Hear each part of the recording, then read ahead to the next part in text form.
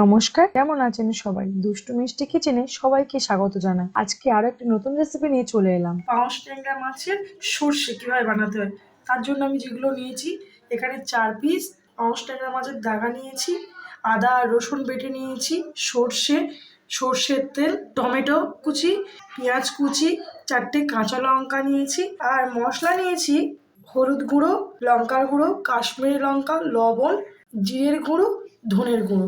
এগুলোই শুধু লাগবে আমার। এবার ভালো করে পাউস ট্যাংরা মাছের এতে লবণ দিয়ে নেব, হলুদ গুঁড়ো আর কিছুটা লঙ্কা গুঁড়ো দিয়ে মাখিয়ে নেব, আর দেবো একটু সর্ষের তেল।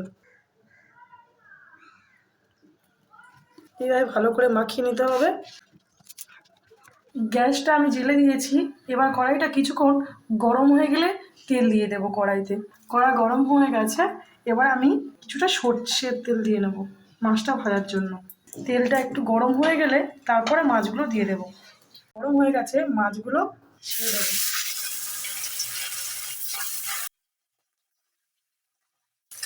এবার মাছগুলোকে ভালো করে উল্টে দেবো।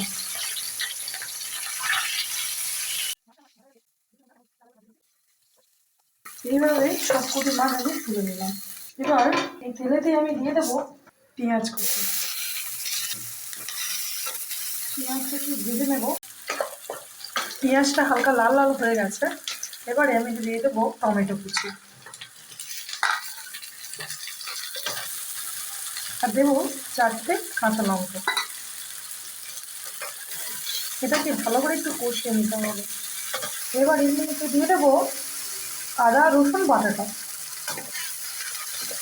দিয়ে আর একটু কষিয়ে নেব যাতে একটা সুন্দর গন্ধ বেরোয় আদা রসুনের ভাজাটা।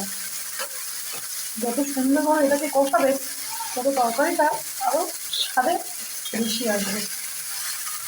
মশলাটা এখন কষানো হয়ে গেছে, এটা খুব সুন্দরভাবে মিশে গেছে, আর মশলা থেকে তেলও ছাড়তে শুরু করে দিয়েছে। এবারে এটাতে আমি স্বাদ মতো লবণ দিয়ে দিচ্ছি ও হলুদ গুঁড়ো দিয়ে দিচ্ছি, আর 4টে লঙ্কা আছে বলে অল্প করে লঙ্কাটা দিলাম। এখন গ্যাসটা আমি একটু কমিয়ে দিচ্ছি যাতে আমি একটু কষিয়ে নিতে পারি ভালো করে। লঙ্কা দিলাম 1 চামচ। কাশ্মীরি লঙ্কাটা আবার নাও দিতে পারে, কাশ্মীরি লঙ্কাটা একটু কালারের জন্য দেওয়া হয়। হয়ে গেছে আমার কষানো, এবার জল দিয়ে দেবো।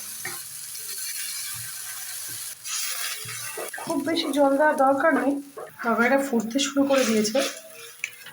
এবার আমি সর্ষেটা দিয়ে দেবো।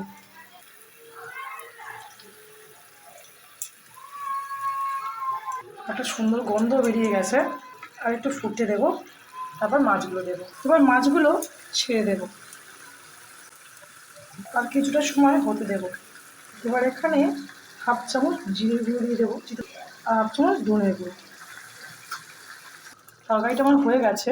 এবার অল্প একটু সর্ষের তেল দিয়ে দেবো, অল্প, একদম বেশি না। হয়ে গেছে।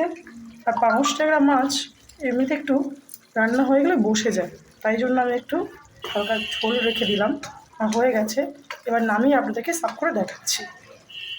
পাউস ট্যাংরার সর্ষে আমার রেডি হয়ে গেছে, আর দেখুন কত সুন্দর লাগছে, আর একটা সুবাসও বেরোচ্ছে সুন্দর। আপনারা অবশ্যই এরকমই বাড়িতে বানিয়ে খেয়ে দেখবেন, আর কমেন্টে জানাবেন যে কেমন হয়েছে। ধন্যবাদ।